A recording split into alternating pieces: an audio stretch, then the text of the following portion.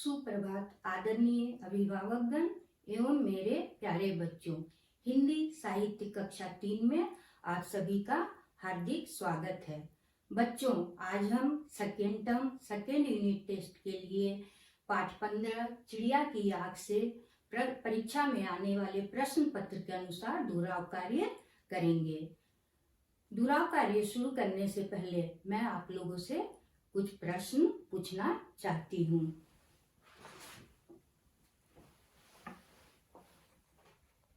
बच्चों, इस चित्र की ओर ध्यान से देखिए और बताइए, इस चित्र में मुख्य पात्र कौन कौन है? गुरु, द्रोणाचार्य और कौरव और पांडव राजकुमार।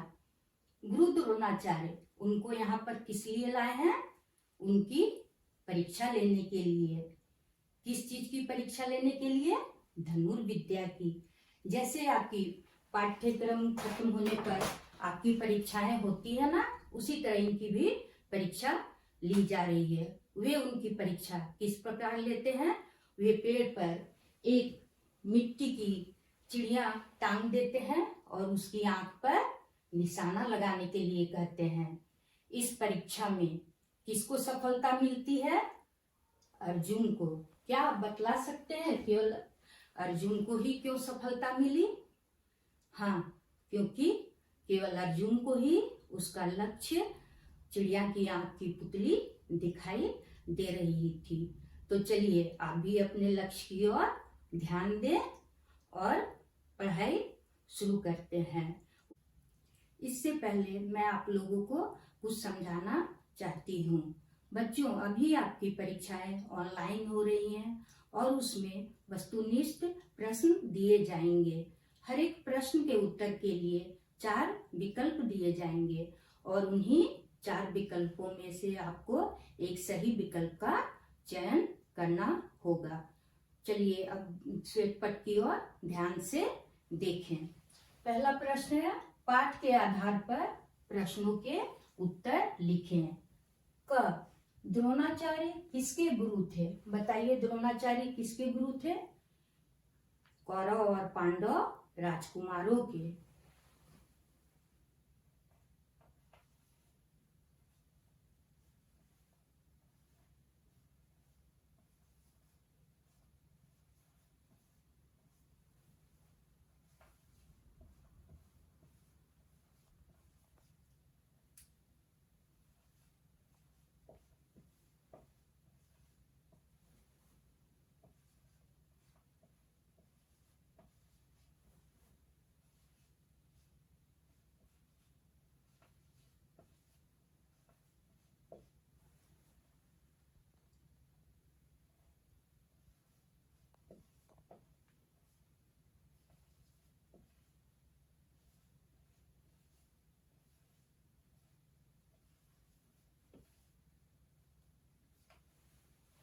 द्रोणाचार्य कौरव और पांडव राजकुमारों के गुरु थे। ख, युधिष्ठिर ने क्या उत्तर दिया? युधिष्ठिर ने गुरुजी को क्या उत्तर दिया था?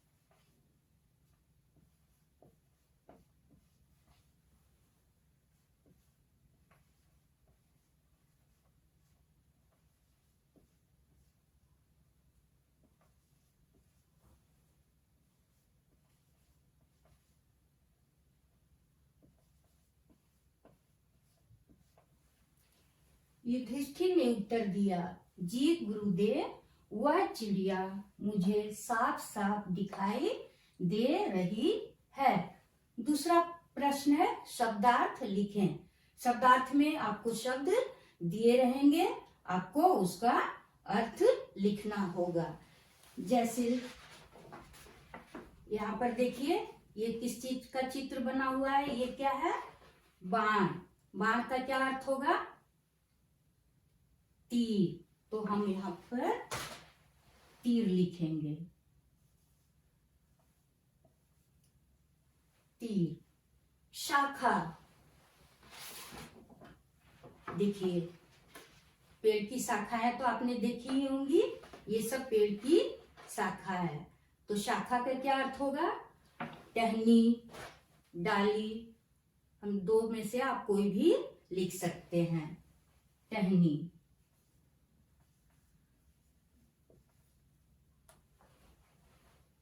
तीसरा प्रश्न है, पाठ के आधार पर खाली स्थान भरें। इसमें आपको पाठ के अनुसार ही खाली स्थान में शब्द को भरना है। जैसे क, चिड़िया खाली स्थान है, पर आ गिरी। कहाँ आ गिरी, जमीन।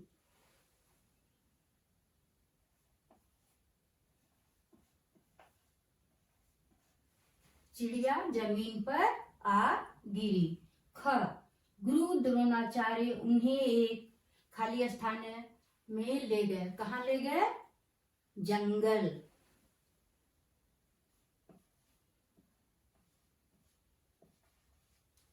गुरु द्रोणाचार्य उन्हें एक जंगल में ले गए। चौथा प्रश्न है, यह वाक्य किसने किससे कहा। क, क्या तुम्हें चिड़िया दिखाई देती है, किसने किससे कहा था, गुरु द्रोणाचार्य ने अर्जुन से कहा था। बहुत अच्छे।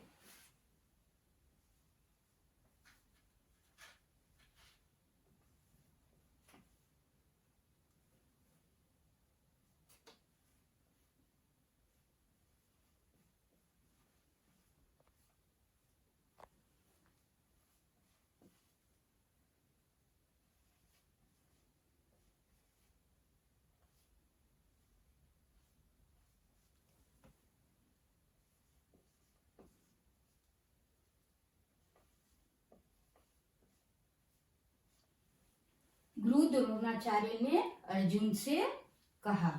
ख, आज मैं तुम सबकी परीक्षा लेना चाहता हूँ। किसने किससे कहा था, गुरु द्रोणाचार्य ने कौरव और पांडव राजकुमारों से कहा था।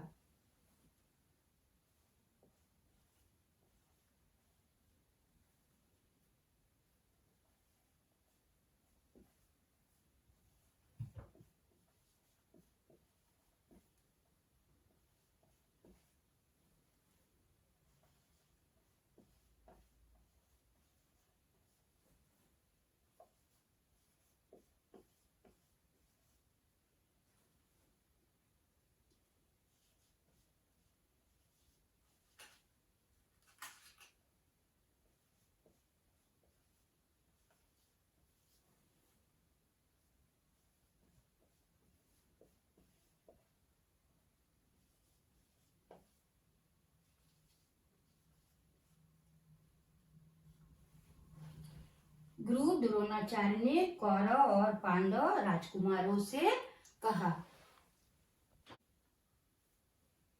पांचवा प्रश्न है, सार्थक वाक्य बनाएं। सार्थक वाक्य का अर्थ होता है अर्थपूर्ण वाक्य। पहला शब्द है चिड़िया। चिड़िया से बहुत सारे वाक्य बन सकते हैं। चिड़िया दाना चुग रही है, चिड़िया पेड़ पर बैठी है, चिड़िया आकाश में उड़ रही है।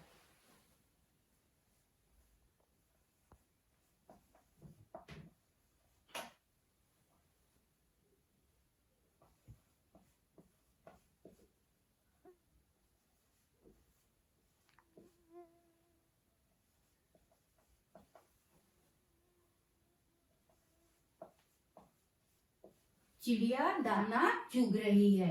दूसरा शब्द है जंगल। जंगल से भी बहुत सारे वाक्य बन सकते हैं। जंगल में जंगली जानवर रहते हैं, जंगल घना था।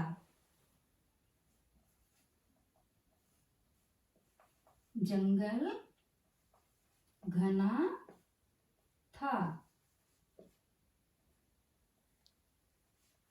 छठा प्रश्न है, इन संयुक्ताक्षरों से दो दो शब्द लिखें। संयुक्त अक्षर दो व्यंजन अक्षरों के मेल से बनते हैं। जैसे नय से बहुत सारे शब्द बन सकते हैं। धन्य, अन्य, अन्याय, दो शब्द आपको लिखना है। धन्य, अन्य। दूसरा शब्द है मह से भी बहुत सारे शब्द बन सकते हैं। तुम्हारा, तुम्हें, तुम्हारी, आपको दो शब्द इसमें भी लिखना है। जैसे पहला शब्द है तुम्हें, दूसरा शब्द तुम्हारा।